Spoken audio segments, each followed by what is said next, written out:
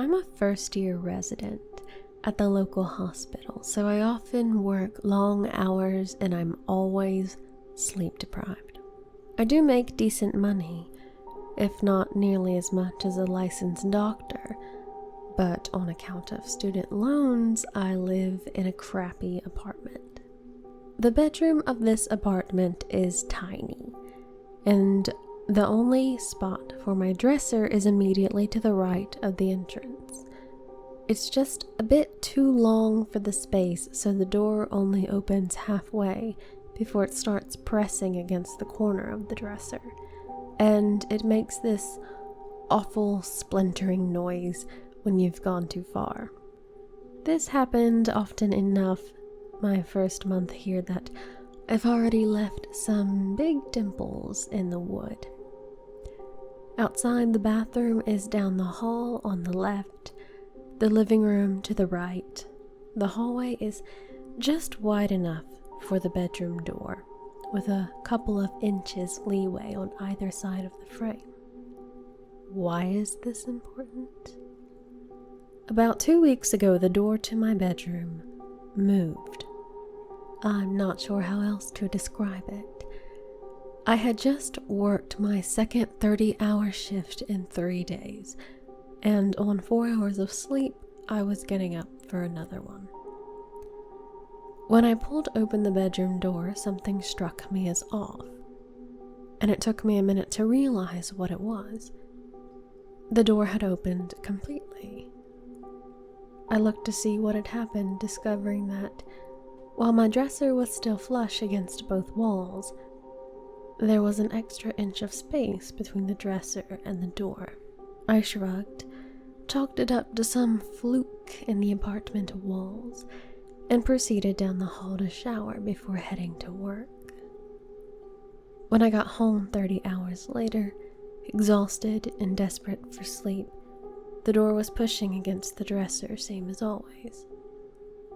Nothing unusual happened for a couple of days, but on Thursday morning I was going out for another long shift when the door opened even wider. It looked like the doorway had shifted even further left, far enough that I could see half an inch of the hallway sticking out beyond the doorframe. It was as though the contractor had miscalculated when he built the place, slightly displacing the doorway from the hall. An inch more and I would have been able to see the insulation and wiring. I stared at that sliver of drywall for a few minutes, dumbfounded, while my mind tried to come up with some rational explanations. The building was old, settling, and this was just the result of natural wall tensions easing. This disjunction had always been there, and I had been too busy or too tired to notice. I'd slept through an earthquake, during which my room got displaced a couple of inches from the hall. All of the explanations seemed plausible. With work coming up in half an hour, I really just wanted to get some coffee and get out of there. So I decided to call the super after I got off. However, when I got home the next morning, the door was back to normal, and I was tired enough to not even care. Everything was ordinary the next day, too. On Saturday, I was headed to the hospital again, when I found that although my door only opened halfway, grinding against the dresser as usual, the hallway itself had shifted a good foot. The entire wall and then some was clearly visible. To the left of the wall, where I should have been looking into my bathroom, there was this black, inch-wide gap.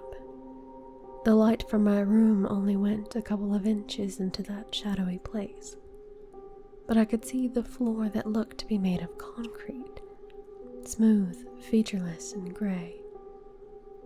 The musty smell emanated from the inside, like from an old dry basement or maybe an attic that had been left untouched for too long. My first instinct was just to close the door, Clearly this was a hallucination brought on by working too many hours with too little sleep, but the doorknob clattered against solid drywall. My door wouldn't close. Confused and more than a little disturbed, I initially thought to just leave. Get the hell out of there and worry about the details later. The need for a rational explanation, however, coupled with a morbid sense of curiosity, kept me from bolting out of the front door. I called out of work for the first time in almost a year, saying that a pipe had burst in my apartment and that I needed to let the repairman in to fix it. Next, I called the super and asked him to come by. Then, while waiting for him to arrive, I shined a flashlight into that sliver of space. There wasn't much to see. The area ended at a cinder block wall, roughly where my hallway turned, and although I was blocked from seeing how far the room extended to the left, I got the impression that it was big, maybe bigger than my entire apartment.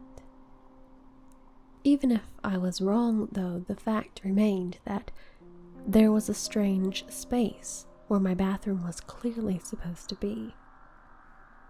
The super arrived less than half an hour later, but in the time it took for me to answer the door and escort him back to my room, everything had gone back to normal. As you can imagine, I got pretty agitated, even frantic. However, when the super saw how upset I was, he actually asked me outright whether or not the walls seemed to be moving on their own. While I gaped at him, he explained that the previous tenant, a young woman who had also worked at the hospital, had complained to him about something similar. She had claimed that the wall sometimes extended an inch or more past the frame of the doorway. But whenever he came to investigate, nothing was out of the ordinary. The young woman eventually became hysterical, on the verge of moving out, but at his suggestion, took a leave of absence from the hospital instead. After that, there had been no more complaints. She stayed until her lease was up and then left without incident. The super gave me a sympathetic look after he told me this story, and asked whether I had been working particularly long hours recently, or perhaps also felt trapped by my work schedule. I mean, what could I say to that? I agreed with him and informed him that I would be taking a break from work as well, and apologized for wasting his time. The super was cool about it, since I guess he had experience with this sort of thing, and after said that he was glad to help, that the hospitals worked as residents too hard. After he left, I called work to let them know I'd be out tomorrow as well, and then decided to turn in early to make up for lost sleep. It was nearly midnight when I awakened. I'd been dreaming about something. I don't remember what it was, but it must have been a nightmare because I woke with this sense of utter dread washing over me. It was like when you're alone in the house in the early hours of the morning, silence hanging over your room like a sheet, and out of nowhere you get the feeling that someone is in the room with you, standing behind you, watching you. That was the feeling I had upon waking in the stillness of my bedroom at midnight. And then I heard the scratching. It was faint at first, so faint that I thought I was imagining it, but gradually grew in volume until it was clearly audible from across the room. Something was scratching at my bedroom door. That in itself shouldn't have been so alarming. I'd had mouse troubles at the apartment before. I'd even heard them scratching at the walls at odd hours of the night. After the events of the previous days, however, the sound jolted me awake, that sense of dread deepening into real fear. I slowly got out of bed and tiptoed toward the door. Up close, the sound was unmistakable. The scratching was coming from the bottom of the other side. Well, mouse or not, I reached over, quietly as I could, locked the door. Then I grabbed the flashlight from the top of my dresser, got onto my hands and knees, and shined it through the half-inch space underneath the door. The scratching stopped almost immediately. Then something reached in through the bottom of the door. I was so startled that for a moment I didn't even realize what it was, and then it felt like someone had punched me in the gut. 3 fingertips curled against the bottom of my door frame, wriggling slightly as though trying to push the door open. The fingers were gray and skeletally thin, stained the rusty brown any medical student could tell you was dried blood. Their nails were long and ragged, clearly broken numerous times, with the splitting and pitting characterization of malnutrition. And then I heard something else coming from just outside, carried on that musty, dry basement smell. Help me. The voice was so soft, as if to be barely audible, but it was clearly a woman, and I could hear panic running through it, quiet sobs underneath the words. And then I could hear something else, a sound like soft footsteps approaching from somewhere far away. And all the while the voice continued whispering, never growing any louder, but getting more urgent, more rapid. Help me. Please, please, please help me. It's coming. Please help me. Please help me. Please, please, please help me. It's coming. Please help me. Please help me. Please. Then the fingers vanished, as though whomever they belonged to had been violently jerked away. I could hear the sound of something being dragged along the ground, something scraping frantically against the concrete, but that noise quickly faded into the distance. And then I heard the soft sounds of footsteps approaching again. It stopped outside my door, and for a while there was only silence. Then, as I watched by the trembling light of my flashlight, the lock slowly began to turn. Somehow it was being unlocked from the other side.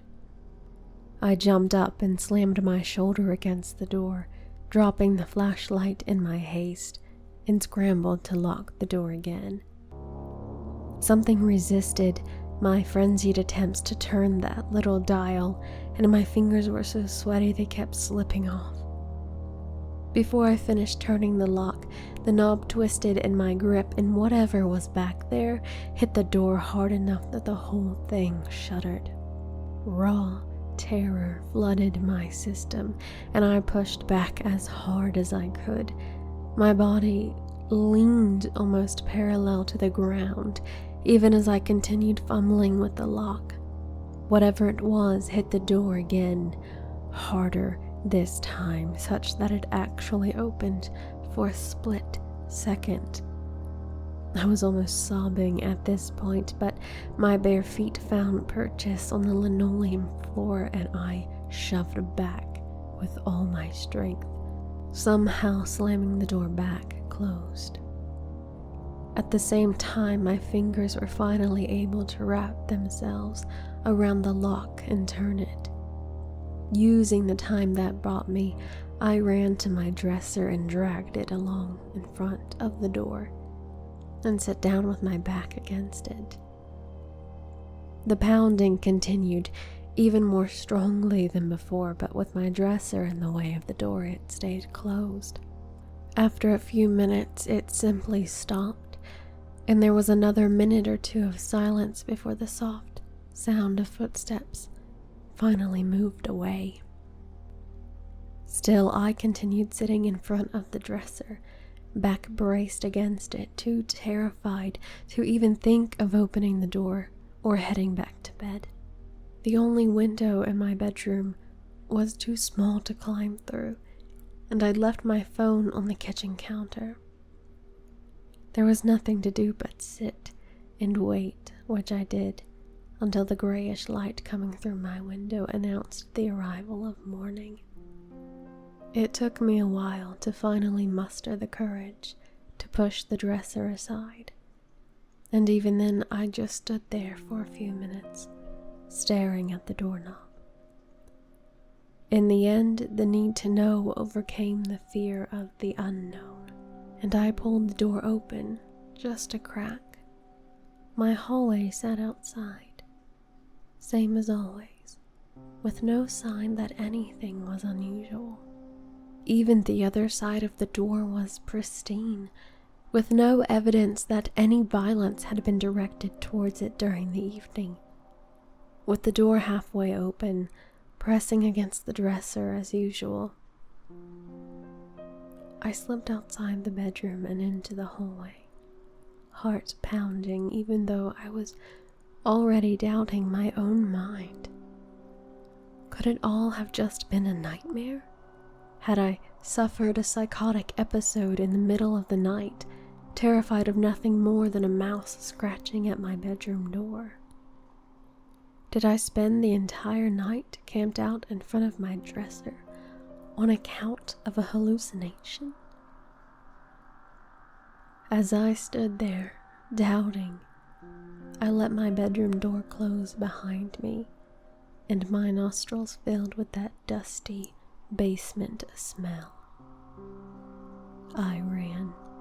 I took off into the hallway, practically clawing against the wall as I dashed for the living room and tore the front door open when I got there.